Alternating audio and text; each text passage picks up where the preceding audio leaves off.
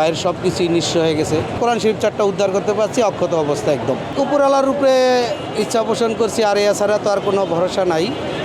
তো বাকি এটা চেষ্টার বিনিময়ে দেখি আল্লাহ কি করে, কোন পর্যায়ে নিয়ে দাঁড়ায়। কারণ অনেক বছরের, প্রায় বিগত 23 বছরে তার সাধনার সম্পদ ছিল এই জায়গায়। এখন তো এটা শেষ হয়ে গেল, সবাই দেখছেন শুনছেন।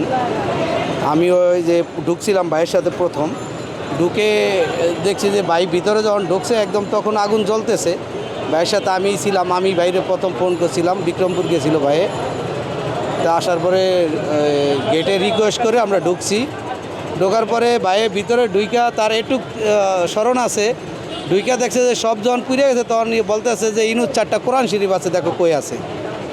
তো যাই দেখি যে একটা মেশিনের উপরে চতুর্থ সাইডে ধোঁয়া আগুন জ্বলতেছে এবং উপরের একটা কাবার জ্বলে গেছে। তখন আমি থাবা দিয়ে ধরতে গেছি, মতন হাতে লাগছে, লাগার পরে দেখি যে আর ধরতে পারতেছি না। পরে বেলেজার দিয়ে প্যাঁচ দিয়ে ধরছি, ধৈরা উঠে কোরআন শরীফগুলো অক্ষত অবস্থায় আছে, শুধু একটার উপরে কাবার পুড়ে গেছে। আলহামদুলিল্লাহ, এটা শুক্রিয়া আদায় করি, 4টা কোরআন শরীফ উদ্ধার করতে পারছি। ওইটা আবার ভাবি গেছে শুক্রবারে আইসা রাইখে গেছিলো একটা মাদ্রাসায় দিব করে, নতুন কোরআন শরীফ কিনে রাইখে গেছিলো। তো ওই কোরআন শরীফ 4টা উদ্ধার করতে পারছি। এবং কি ভাই ওই এত মাল ক্ষয়ক্ষতি হয়ে গেছে, এর ভিতরে তার স্মরণ আছে, ভিতরে ঢুকে আমার বলতেছে কোরআন শরীফ 4টা আছে, দেখো ওইটা কই আছে। তো আলহামদুলিল্লাহ কোরআন শরীফ 4টা উদ্ধার করতে পারছি অক্ষত অবস্থা একদম। তো দোয়া চাই আপনাদের কাছে, আপনারা দোয়া করেন আমার ভাইয়ের জন্য। আমার ভাই তিল তিল করে এই সম্পদটুকু গড়ছিল এবং এর এই জায়গায় 20-25 জন লোকও আছে যারা কর্ম করে তার দ্বারা চলছে।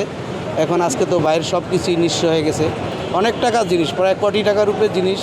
আপনার মেশিনই আসিল অনেক টাকার, একটাই আপনার মেশিন বলে, যেটা আমরা ইউবি মেশিন বলি, ওই মেশিনটার দামই 18 লাখ টাকা।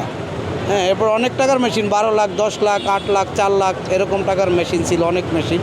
তারপর মাল সামানের ভিতরে অনেক ছিল, সব গিফট আইটেমের কাজ, তো সব দামি দামি কাজ করতো, বিভিন্ন সম্মাননা দিত বিভিন্ন অনুষ্ঠানে, ওই সম্মাননার জিনিসগুলো এই জায়গায় তৈরি করতো।